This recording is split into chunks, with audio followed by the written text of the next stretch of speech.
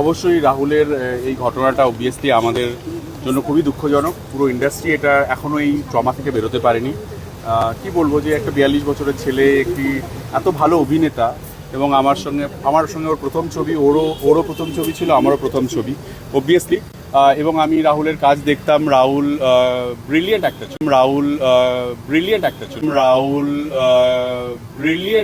ছিল। খুব ভালো লিখতো, ভালো থিয়েটার অ্যাক্টর ছিল।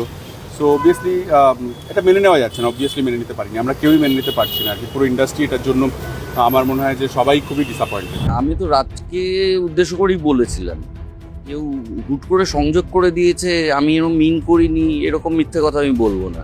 আমি রাজকেই মিন করেছি। তো সংবাদপত্রে উনি ইন্টারভিউ দেন, বলেন যে রাহুলের মতন খারাপ মানুষ হয় না।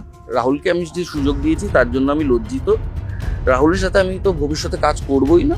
ওর মতন বাজে ছেলে আমি দেখি। আমার বাবা তখন বেঁচে, আমার পরিবার আছে, আমার আত্মীয় স্বজন আছে, আমারও বন্ধু বান্ধব আছে যখন, এবং প্রত্যেকের বাড়িতে ওই নিউজ পেপারটা যায়।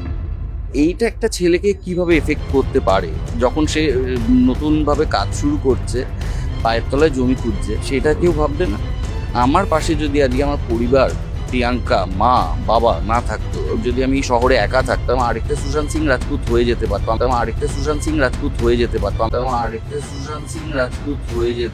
আমি মানসিকভাবে যেভাবে স্মিয়ার ক্যাম্পেইনিং করা হয়েছিল আমার নামে। একটা ডিরেক্টর, সে নিজে একজন ছেলেকে জন্ম দিয়েছে, তার সাথে মতানৈক্য হতে পারে, তার জন্য একটা বহুল পঠিত ম্যাগাজিনে তাকে নিয়ে এটা বলে দেবে, সেটাও দেখা উচিত। আমি হয়তো অন্য ডিরেক্টর হলে এভাবে লিখতাম না, আমি রাজ বলেই লিখেছি। কারণ আমি আবার বলছি, একটা কুঠার যখন একটা গাছকে কাটে, কুঠার ভুলে যায়, গাছ মনে রাখে।